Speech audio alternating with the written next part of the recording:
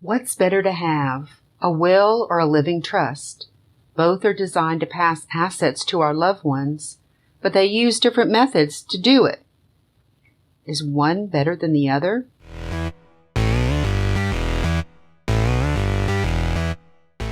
Now from the city of grit and grind, it's Ask an Attorney.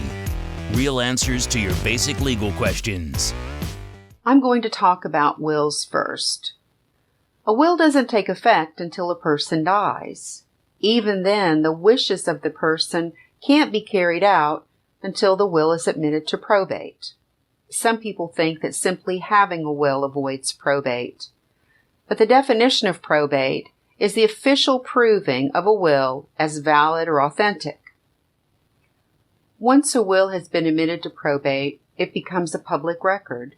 There's no privacy. Anyone can see the contents of your will.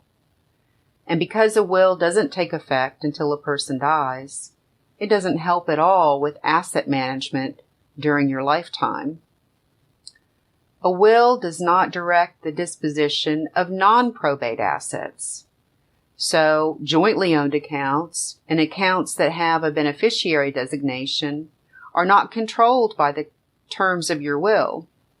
Assets like that will pass directly to the joint owner or to the designated beneficiary, regardless of what you say in your will. A will is probated in the state and county where a person resided at the time of their death, not where the death occurred. And if a person dies owning real estate in more than one state, there's a potential for multiple probates. This is referred to as ancillary probate. Now, the cost to have a will drawn up varies from attorney to attorney, but generally, the cost to establish a will is less expensive than the cost to set up a trust. The real cost occurs after the person has died, when their will has to be probated. To recap, a will doesn't take effect until a person has died. There's no privacy, and there's no assistance during a person's lifetime with property management. A will has to be probated in order for a person's wishes to be carried out, and there's a potential for more than one probate. The cost to establish a will is relatively low, but that's because the real work doesn't start until after the person has died. By contrast, a living trust goes into effect as soon as a person signs a trust agreement. A trust agreement is governed by state law. Trusts have been around for hundreds of years, and whether you should have one isn't based on the value of your assets. Trusts are private. They aren't probated, and they don't have to be filed with any court. And real estate owned by the trust also isn't subject to probate. It doesn't matter how many different states the trust owns real estate in. It's all protected within the trust. Once a living trust has been established, the grantor, the person who signed the trust agreement, transfers ownership of their property to the trust. This is called funding the trust. The trust now owns the property.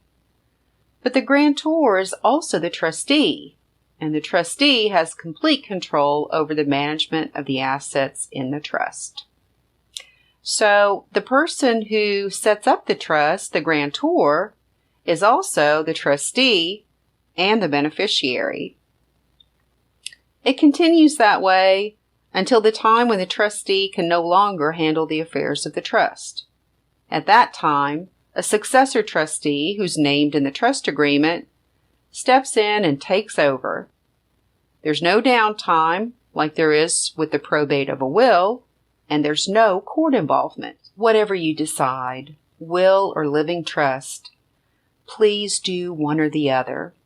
If you don't, please know that the state of your residence has written a will for you by statute. And if you don't like how the state will distribute your assets when you're gone, be proactive and make your wishes known. Thanks for watching. Call or text with your questions to 901-756-7878.